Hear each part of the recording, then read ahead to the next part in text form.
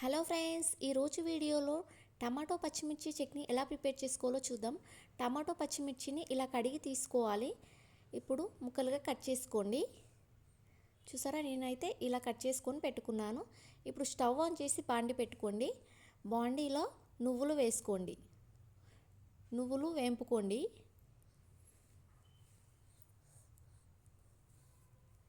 ఇలా ఒక స్పూన్తో అంటూ మాడనివ్వకుండా ఇలా కలర్ అనేది చేంజ్ అవుతుంది. అవి ఏగితే ఇప్పుడు ఒక బౌల్లోకి తీసేసుకోండి. అవి తీసుకున్న తర్వాత అదే బండిలో ఆయిల్ వేసుకొని పచ్చిమిర్చి వేసుకోవాలి. కొద్దిగా పచ్చిమిర్చి ఫ్రై అయిన తర్వాత టమాటో ముక్కలను కూడా వేసి కలుపుతూ ఫ్రై చేసుకోండి.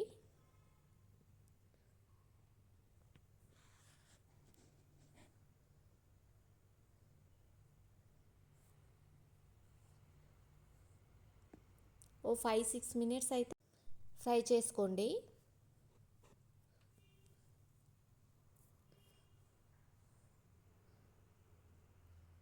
కొద్దిగా ఇలా ఉడకనివ్వండి. ఉడుకుతున్నప్పుడు మాడనివ్వకుండా కలుపుకుంటూ ఉండండి. ఇప్పుడు కొద్దిగా పసుపు వేసుకోండి. పసుపు, సాల్ట్ వేసుకోవాలి. వేసుకొని మొత్తం కలిసేలా కలపండి.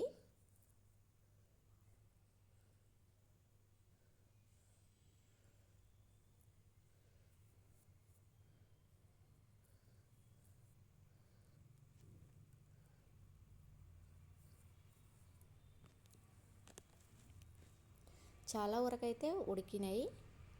కాసేపు ఇలాగే ఉంచేసుకోండి. చూసారు కదా, ఇప్పుడు మొత్తం ఉడికింది. కాసేపు ఆరబెట్టుకోండి. ఇప్పుడు మిక్సీ గిన్నెలో నువ్వులు వేసుకొని మిక్సీ పట్టేసుకోవాలి.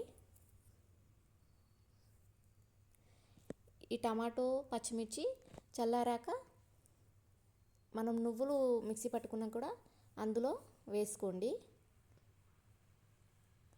అందులో వేసుకోండి.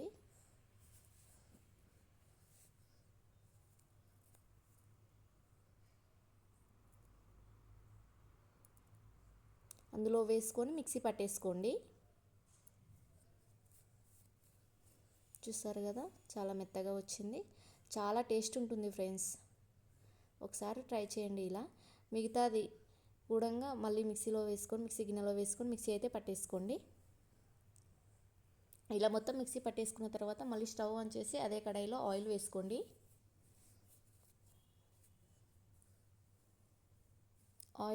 ఆయిల్ హీట్ అయిన తర్వాత జీలకర్ర వేసుకోవాలి.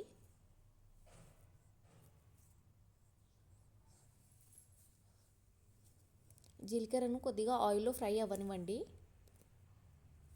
ఇప్పుడు సన్నగా తరిగిన వెల్లిపాయలు వేసుకోవాలి.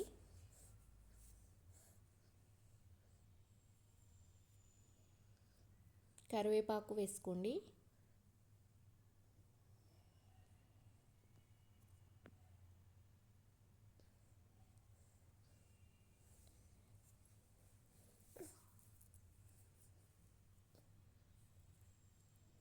కొత్తిమీరను కూడా ఆయిల్లోనే వేసి కాసేపు అయితే ఫ్రై చేసుకోండి.